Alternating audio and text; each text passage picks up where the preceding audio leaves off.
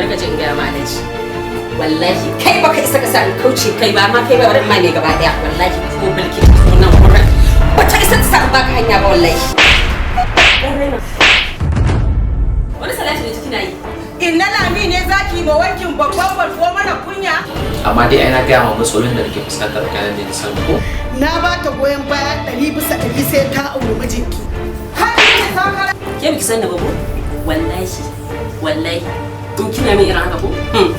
wallahi sai na da miki mari a gidan nan wallahi ina mari ki sai ki rude sama ke ce masoyiyata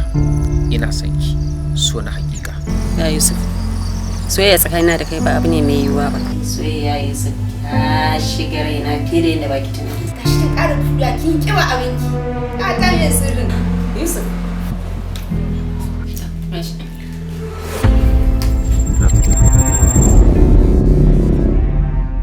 Ni a kodin ni a gidan nan gidan gwarwa zan je. Legas dai na ci bashi. Legas ba ta komo. To inna lami lafiya na ji har ƙarfe 2 ba a kawo abinci ba ba ho azumi nake ba. Ba dan talauci ya da bai yake ba. Lalazi da sunan ki ba inda ba zan je ba. Kwarai ma kuwa. Dantu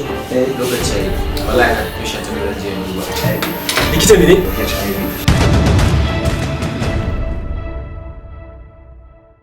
Allah ya mata rasuwa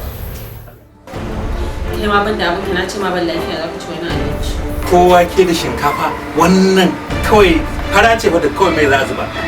ba za ta iya girka mai ba to zan fita in je titin in ci abincin da na saba kin kuma rike da ake jollof to ga miyar tumatur stew